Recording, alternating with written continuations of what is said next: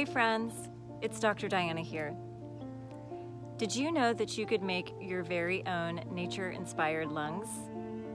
Head outside, gather things that you find in nature. You can look for things like bark, sticks, leaves, even flowers and seeds. Look for different colors and patterns. Gather them together along with a piece of paper. Glue or tape down material to make a branching pattern. Then add to that some of the leaves and flowers that you found.